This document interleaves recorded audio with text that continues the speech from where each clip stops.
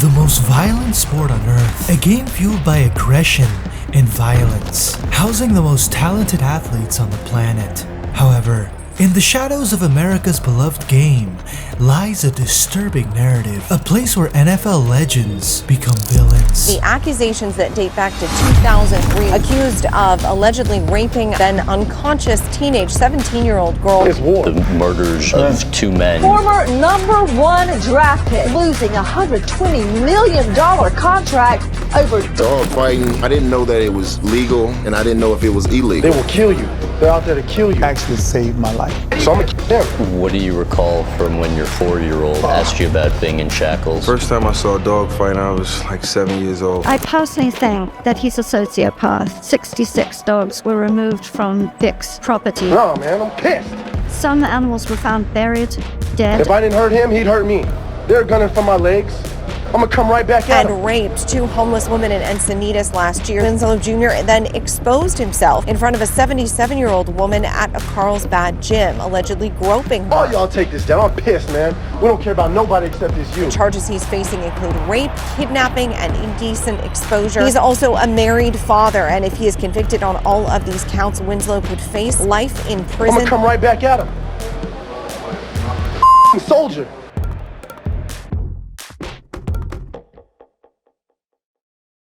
Ray Lewis is one of the most iconic figures in NFL history. As a football player, Ray Lewis is the best defensive football player of all time. His bruising career as a linebacker with the Ravens propelled him to the top of the sport. But it would be his headlines off the field that would become the most defining of his career. Now for a word from today's sponsor.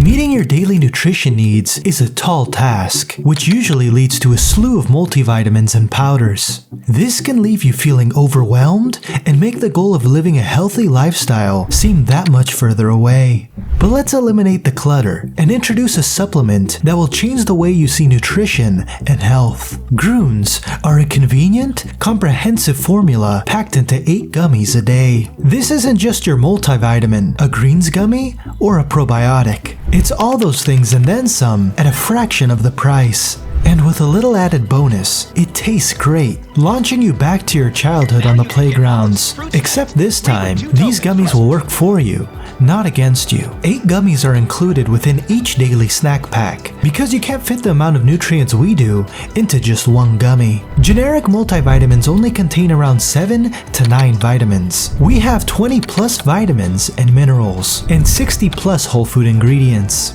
Grunes is more comprehensive and accurately dosed than your current nutrition solution. Check our nutrition label. Grunes contains 100% of your daily needs: gut health, beauty, energy, immunity, recovery, cognition benefits. To get up to 45% off, just click the link in the description below. Again, use the link in the description to get up to 45% off your order and start thinking about health in a better light.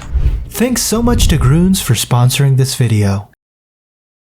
On a night meant for celebration, the air was thick with something far darker. The scene outside the Cobalt Lounge resembled a battlefield. A night of violence unfolded, dragging one of football's biggest names into the dark abyss of criminal suspicion. Amidst the chaos, the champion linebacker fled into the night.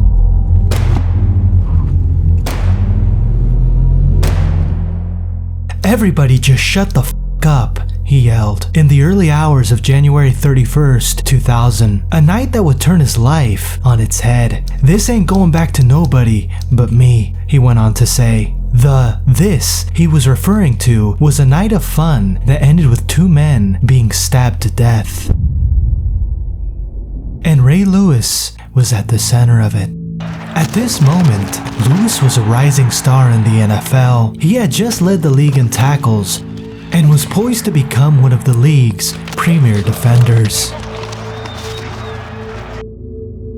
Ray Lewis and his friends Joseph Sweeting and Reginald Oakley had been enjoying watching the 1999 season Super Bowl between the Rams and Titans. Once the game was finished, they took off to a club in Atlanta. But as the night continued, celebrations took a turn for the worse. Upon leaving the venue, Lewis's group, which had now expanded to approximately 10 people, got into a heated altercation with another group, which soon descended into chaos. The sound of a champagne bottle colliding with one of Lewis's entourage sparked the feud, and amidst the chaos of flying fists, 2 men collapsed in the street, covered in blood. A panicked Lewis yelled at his crew to get in the limo. As they sped off, the sound of gunshots filled the streets, striking the limo's tires. Those 2 blood-soaked men who collapsed on the street were Jacinth Baker and Richard Lawler, and they would die shortly after. A murder had just taken place, with one of the NFL's most high-profile defenders at the center of it. Just hours before Ray Lewis heads back to court, he finally broke his jailhouse silence. The Baltimore Ravens linebacker is being held without bail and faces life in prison or the death penalty if convicted. The NFL linebacker declared his innocence and said he knew as soon as his now infamous limousine sped away from the crime scene, he'd be a central figure in the Buckhead stabbings because of his NFL status. A fight breaks out, and when the dust settles, Jason Baker and Richard Lawler are stabbed to death, left in the street. Mr. Ray Lewis is accused of 2 counts of murder. What unfolded next is a mesmerizing saga, and the truth is as elusive as ever.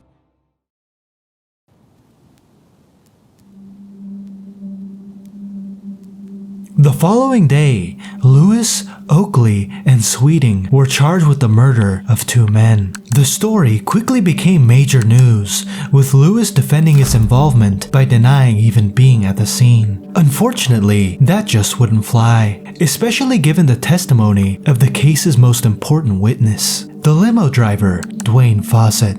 Not long after the incident, Fawcett told police that he had heard Lewis's 2 friends both admit to stabbing their opponent. As the case drew near, Fawcett grew increasingly unaware of the events that occurred on that fateful night. This perhaps had something to do with the work of Lewis's private investigators, who the New York Post reported had beaten the cops to most witnesses. But there was one piece of evidence that could break the case wide open. Lewis's white suit. A suit he had worn on that fateful night had mysteriously gone missing. The prosecution suggested that the suit might have blood evidence, and that it was intentionally disposed of after the incident, potentially being the crucial link tying Lewis directly to the murders. A witness for the prosecution testified that she saw another passenger in the limo put a hotel laundry bag in a dumpster. The prosecution alleged Lewis's bloody suit lied in that bag, but it was never found, and there was no DNA or fingerprint evidence left on the knife. He managed to escape significant punishment by agreeing to testify against both Oakley and Sweeting. The deal involved him also pleading guilty to a misdemeanor charge of obstructing justice, which resulted in murder charges against him being dropped. He was sentenced to 12 months probation, in addition to receiving a $250,000 fine from the NFL. To this day, the only thing Lewis admits he did wrong was to tell his companions to keep their mouths shut. He even told the Baltimore Sun in 2010 that he wouldn't change a thing about that night, stating that the end result is who I am now. Even with the testimony of Lewis, the prosecutors were unable to convince the jury to offer up a guilty verdict against Oakley and Sweeting, who argued they were acting in self-defense. The poor families of the murdered men didn't get their justice, but they did have some success by bringing civil suits against Lewis.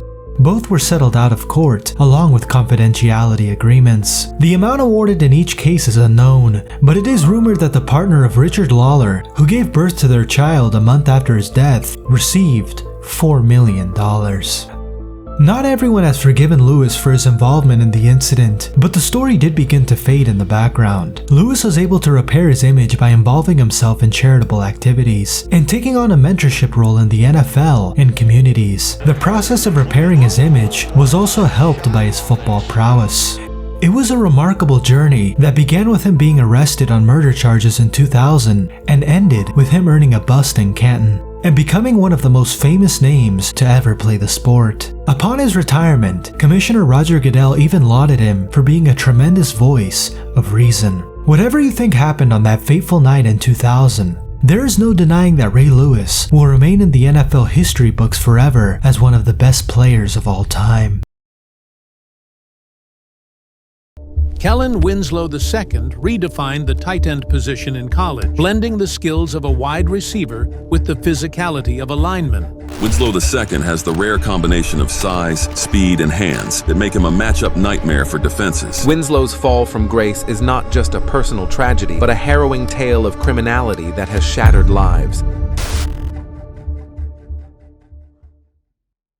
Kellen Winslow first made a name for himself at the University of Miami. He was a top-quality tight end who earned unanimous All-American honors, the John Mackey Award, and a national championship. Drafted to the Browns in 2004 and produced an impressive Pro Bowl season in 2007. But soon, Winslow's life would spiral out of control.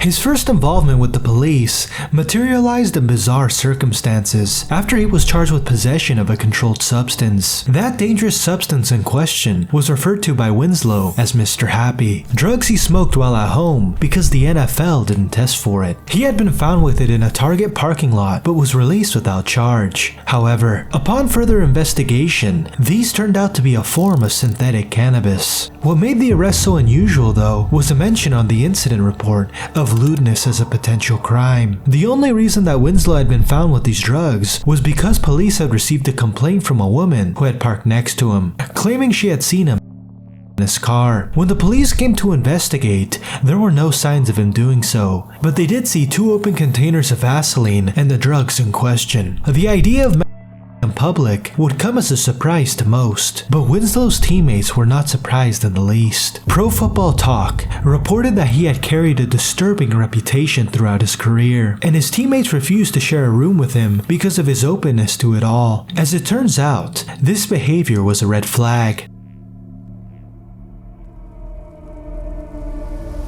In March 2018, while driving to his hometown of Encinitas, Kellen Winslow spotted a hitchhiker, a 54-year-old woman. Winslow decided to pick her up and got back on the road. While the former tight end might have appeared as just being helpful, he, unfortunately, had a much more twisted motive in mind. Instead of taking the woman home, Winslow took a detour to a shopping center parking lot, where he raped her.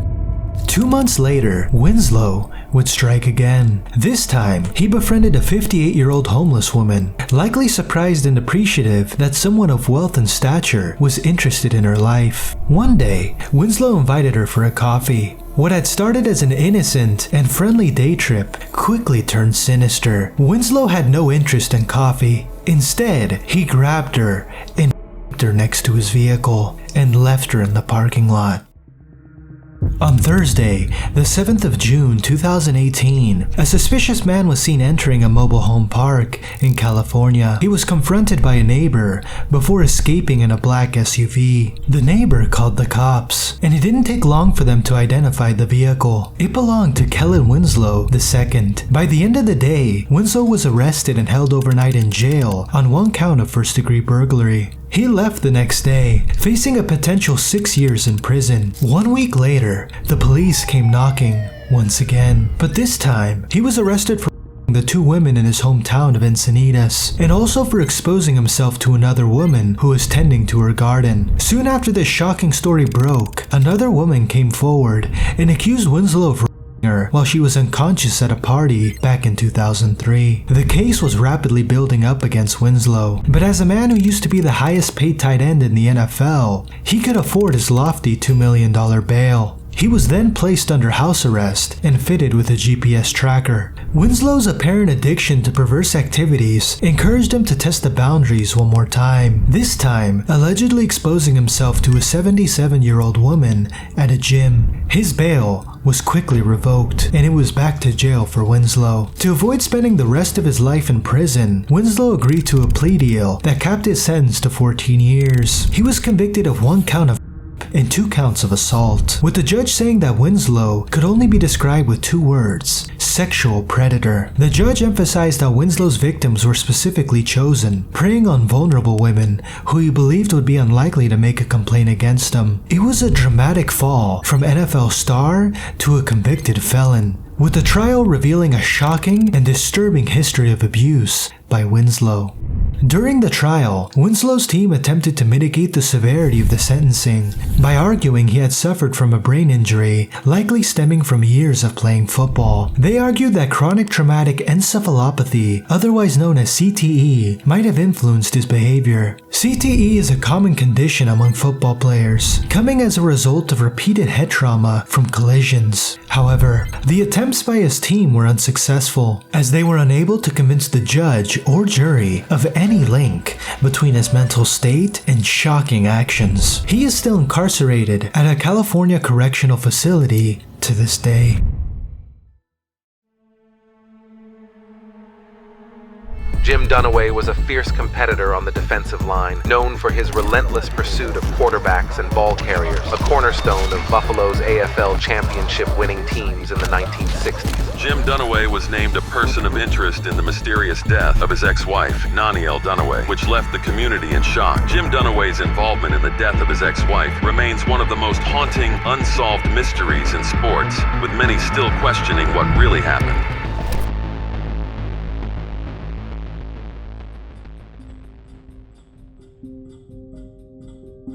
Jim Dunaway had it all. Having been a national champion at college, it appeared that everything Dunaway touched turned to gold. But on that fateful night of July 27th, 1998, everything would change. Jim Dunaway first entered the limelight in the 1960s when he made a name for himself as one of the nation's premier defensive tackles. He was a 6'5" behemoth who very few could get the better of, logging a dazzling collegiate career that featured a national championship, 2 first-team All-SEC nods, and 1 selection as a consensus All-American. His dominance led to a glamorous pro career, in which he helped the Buffalo Bills win consecutive AFL championships, before heading over to Miami to contribute to their perfect, unbeaten Super Bowl winning campaign. However, success on the football field doesn't guarantee a long life of happiness, as Jim Dunaway soon discovered. He and his wife, Naniel Dunaway, had experienced many difficulties throughout the latter stages of their 34-year marriage, made worse by Jim Dunaway's involvement with other women. In March 1995, it would all come crashing down, as Jim Dunaway called it quits on his marriage and moved into a new home with his new lover. The complicated thing about this departure was that Jim and Naniel owned a dairy farm together, and as Jim turned his back on his wife, he also turned his back on his financial obligations on the farm. A messy divorce soon followed, and any thought of an easy win for Mr. Dunaway quickly vanished. The chancellor of the case determined that Jim's failure to pay his dues on the farm came because he decided to prioritize the funding of his new romantic relationship. The chancellor then determined that as a result of Mr. Dunaway's unconditioned adultery, they would rule in favor of his wife, Naniel. The chancellor awarded Naniel the 800-acre farm, $1,800 a month in alimony from Jim, and half of his NFL pension. It was a big win for Naniel, and one that Jim reportedly planned to appeal. However, 3 years later, Naniel Dunaway would be found dead. Found lying lifeless in a pool in the property she had won as part of the divorce. In the autopsy, it showed that she had drowned. However, there was a more suspicious finding as well. It was discovered that Naniel had suffered an open fracture to her skull and that she was unconscious when she fell into the water. With the valuable divorce settlement hanging over the case, all eyes were directed at one primary suspect, Jim Dunaway. Dunaway would be located and arrested that very night. In court, prosecutors argued that the messy divorce and hefty settlement in Naniel's favor was the motive. However, it wasn't that simple. The jury heard evidence to suggest that while Jim Dunaway was the last person to see the victim, he was at his own home when her death occurred. This put enough doubt in the jury's mind to prevent them from delivering a guilty verdict. Jim Dunaway was off the hook. Or so he thought. In 2002, Dunaway's children, haunted by the tragic death of their mother, filed a wrongful death civil lawsuit against their own father. Persuaded by their case, the civil court ruled in the children's favor, determining that Jim Dunaway was likely responsible for his ex-wife's death and ordering him to pay $580,000 to his children. The story shares similarities with the much more high-profile case surrounding O.J. Simpson, who was acquitted of the murder of his ex-girlfriend before being found guilty in civil court. It is therefore a dark coincidence that two of the most controversial players in NFL history were on the Buffalo roster together between 1969 and 1971. How did it feel to be the $100 million man who's now filing for bankruptcy? Michael Vick redefined the quarterback position with his electrifying speed and cannon-like arm, making him one of the most dynamic players the NFL had ever seen. Vick's ability to escape the pocket and turn broken plays into big gains was unparalleled, making him a nightmare for opposing defenses. Michael Vick's involvement in a dogfighting ring shocked the sports world, tarnishing his once stellar reputation and leading to widespread public outrage. The details of Vick's dogfighting operation, described by prosecutors as brutal and inhumane, left many questioning how such a gifted athlete could engage in such cruelty. Michael Vick. Michael Vick perfectly embodied an NFL star, the former #1 overall pick who could do it all as one of the best dual-threat quarterbacks the NFL has ever seen. His versatility allowed him to rifle deep passes and outrun defenders. He was destined to bring the Falcons a Super Bowl. Instead, on an unsuspecting day in 2007, things would take a disturbing turn. When Michael Vick wasn't tearing it up on the football field, he was exploring his other passions in life. One of those passions was dogs. Vick himself owned a pit bull, and before long, he had several to his name. As a man with an entrepreneurial mindset, he and his friends spotted an opportunity. These beautiful dogs went for a pretty penny, so they set up an innocent project to breed pit bulls and earn some money on the side. Or at least that's what it looked like. The reality was much darker. Michael Vick wasn't only interested in breeding and selling his dogs, but also in getting them to fight. There was money to be had in the dark world of dogfighting, and Vick wanted a piece of it. He initially reached out to an expert who helped him set up an initial operation from his property in Virginia, calling it Bad News Kennels. The operation grew slowly, acquiring dogs and training them under a county-issued kennel license. This training was rigorous, including treadmill sessions and fight rehearsals, designed to prepare dogs for battle and make them as fierce as possible. When the fights started, they were small-scale and arranged around Vick's football schedule. However, the operation quickly built up momentum, and before you knew it, Bad News Kennels had over 60 dogs involved, frequently being pitched against each other. And the environment in which the dogs lived wasn't much better either. When not fighting or undergoing training, the dogs were antagonized to make them more hostile. It was a cruel operation. And in April 2007, Vick's dark world would come crashing down. Federal agents descended on the property owned by Vick, and what they found was absolutely shocking. The property search revealed over 60 dogs, mostly pit bulls, showing signs of injury. Dogs were antagonized by being chained up just out of reach of each other, and the treadmills and other training equipment were easily found. There was even a stand, which was used for female dogs who were too aggressive to submit to males. This stand would restrain the female dog to allow the male dogs to breed with her. The most damning and sad finding, however, was several dog carcasses buried at the property. Unfortunately, there was an even darker secret to emerge. As part of the investigation, it was revealed that Vick and his fellow suspects had executed underperforming dogs in disturbing and cruel ways. These dark methods included hanging, drowning, and electrocution. It was gruesome stuff, and when the news finally broke, fans, ordinary citizens, and activists expressed outrage. Vick's sponsors quickly withdrew their support and removed him from any advertising material. Regardless of fandom and team allegiance, cruelty against dogs united people in a hatred toward the Falcons quarterback. And in July 2007, Vick and 3 others were indicted on federal charges for interstate dogfighting and illegal gambling. The case against Vick was strong. Not only was the physical evidence found at his property hard to argue against, but there were several damning eyewitness testimonies against him as well. They told the court that Vick's involvement went well beyond simply housing the dogs and the equipment, and that he provided the financial backing for the whole operation.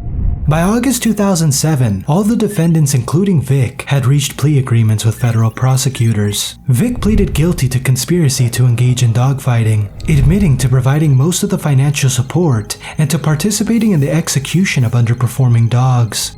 He admitted to knowing about the deaths of 4 dogs at the hands of his friends in 2002, as well as his involvement in the execution of 6 to 8 dogs who had underperformed in 2007. Vick was sentenced to 23 months in prison. In addition to the federal sentencing, Vick and his friends were also tried in state court. Here he was charged with 2 felony counts related to dogfighting, which carried the potential for an additional 10 years in prison. However, he reached another plea deal, admitting to state charges and receiving a 3-year suspended sentence. After the federal trial, Vick was indefinitely suspended by the NFL, without pay, for violating the player conduct policy. Commissioner Roger Goodell told Vick that his behavior was not only illegal, but also cruel and reprehensible. While the Falcons did not cut Vick, they did demand reimbursement of $20 million of his $37 million signing bonus, which an arbitrator agreed on because Vick knew he was engaging in illegal activity when he signed his contract in 2004. 1 year later, he filed for bankruptcy, owing $10 to $50 million. It was a drastic fall from grace for Michael Vick, begging the question of why someone who had the world at his feet would ever get involved in such an operation. After leaving prison, Vick attempted to rehabilitate his image by partnering with animal welfare groups and even spoke out against dogfighting. He also managed to land another NFL contract, signing as the backup quarterback in Philadelphia. 1 year later in 2010, he managed to win the Comeback Player of the Year award before setting new career highs in passing yards and touchdowns in 2011. He retired after the 2015 season. He managed to repair his reputation to some extent and was able to revitalize his career. Still, Vick's involvement in the cruel dogfighting operation will forever mar his legacy, an operation that saw dogs injured and brutally executed.